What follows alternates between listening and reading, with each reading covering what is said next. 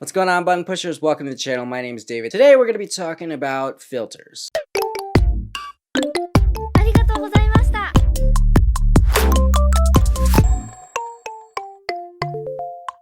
Shout out to CINEPACKS for sending a few of these filters my way. I really love creating with filters and doing things in camera because it just makes it so much easier in post-production and it saves so much time. So drop me a comment below, let me know what is your favorite filter to use when shooting, and let's just jump straight into the video. So today we're going to be reviewing and going through and just looking at a few of the footage from the split diopter filter, the split crystal filter, and the full crystal filter, as well as the clear streak filter.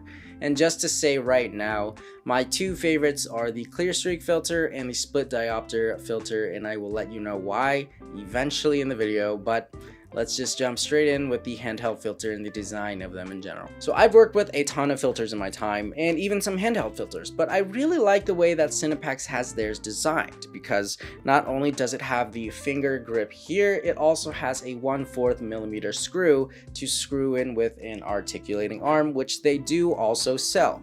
And I have that right here. So honestly, all I have to do is screw in this filter onto the articulating arm and I can throw it in front of my lens. And why is this cool? Why is this useful? It's because I am usually solo opping a ton of jobs. So when I'm solo opping, it makes it really hard for me to use handheld filters. When the handheld filter has a 1/4 screw on it, I can mount this directly onto the camera, throw it in front of the lens like this, and just move the camera around, do a little bit of handheld work, or even just throw it on a gimbal and move it around like that. And it allows for me to be able to operate the camera while still maintaining the filter without having to hold too many things. And if I wanted to do that, I might need a third or a fourth arm. This articulating arm is going to be that third or fourth arm for me. I really like that they implemented that, even though the design is a bit small and I wish it was bigger to cover a ton more lenses, because I am trying to transition into more cine lenses which do have wider diameters.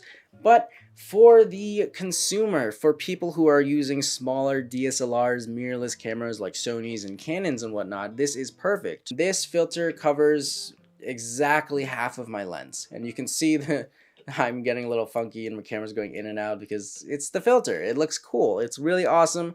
And it is a nice size for the consumer. But when you're coming into that prosumer, that higher end level, it does get a bit harder depending on the lenses you're using. Now, I do use the 18-35 Sigma a lot, so it is perfect for that lens. But if I were to use my diesel film 20-55 or, anything bigger with a wider diameter, it could be a little harder to cover because, well, these are made for smaller lenses. And that's definitely okay because there are a ton of you out there who do use smaller photo lenses and whatnot too. So when you use a filter like this, split diopter or even a split crystal, you come out with images like this. And I really love the way it looks because it is subtle at some points, and the split diopter is one of my favorites because it creates this subtle blur without doing the reflections like a prism would, where it shows a different part of the room or a different part of the set. You're actually getting the same colors because the split diopter is basically zooming in and blurring whatever your subject is. So it's pretty much doing that and gives you a nice fade, and it gives you images that look just so subtle, beautiful, and elegant, and I really like that. When it comes down to the kaleidoscope filter though, and the crystal filters, I really don't have too much luck. I'm not the best at these, I don't have too much practice on them, but honestly I feel like having them handheld is a lot better than having them with a screw-in filter because it allows for you to move around and get unique shots with shapes and stuff rather than having it on the camera lens where you might need to ruin the shot a bit, and I don't really like that. So I like having the freedom to have it handheld and being able to move it. But at the same time, I usually run gimbals, so it makes it a bit harder. So again, that 1/4 screw really changes things for me. So then lastly, let's talk about the streak filter, the clear streak filter. Now, I've worked with a ton of streak filters in my time, but honestly, I feel like the CINEPACKS clear streak one is one of the best ones I've worked with. Why? Because it maintains colors of light. And I really enjoy that. You can get a blue streak filter, you can get a red streak filter where they kind of give you these specific one color streaks. So even if it's like a blue light, a purple light, or a red light, it's always going to give you that streak color. It's going to give you a blue streak if you're using a blue streak filter. It's going to give you a red streak if you're using a red streak filter. But this clear streak filter is one of my favorites because it doesn't give you a white streak. It gives you the color of the source of light. So if I were to get a streak from that purple, I would get a purple streak. Let's see if it gives it to us. We're getting the appropriate streak color from the light. So the purple light gives me purple, the blue light gives me blue. If a white light came, it would give me white. And that's what I really like about it, because it maintains colors of light. It maintains all the colors of the streak, and that's what makes it really, really nice, because I don't get that from blue streak filters. I don't get that from red streak filters. So being able to maintain the color of light is really, really cool, and I really think that CINEPACKS really nailed the design there. So thank you to CINEPACKS for making that for me, because I feel like I'm going to be using this a lot more, and I don't really like streak filters normally, but being able to maintain that makes streaks so much better. And something that I actually really love that CINEPACKS actually did, they included tags for each of the filter cases so you don't have to make your own. It labels everything for you.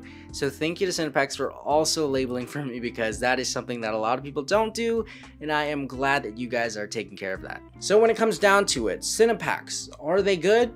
I would say so, especially if you're in that consumer level where you need smaller filters and nothing too big. Of course, you have other companies that make bigger filters, but at the end of the day, if you're looking for something small, something you can run by yourself, or mounted the camera on your own, these are definitely going to be good for you. They're going to be perfect for the solo op consumer slash prosumer level person to be able to get in-camera transitions, in-camera effects with just filters.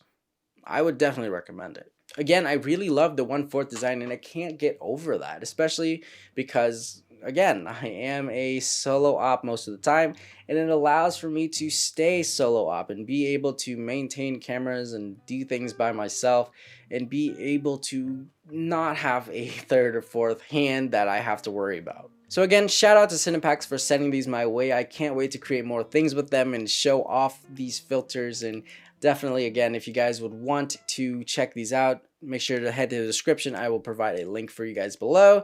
And yeah, if you guys like this video, give it a thumbs up. Make sure you guys hit that subscribe button. Drop me that comment below. Let me know what is your favorite filter to use at the moment. And keep pushing buttons, guys. I'll see you guys in the next video. Have an amazing day, and I'll see you then. Peace.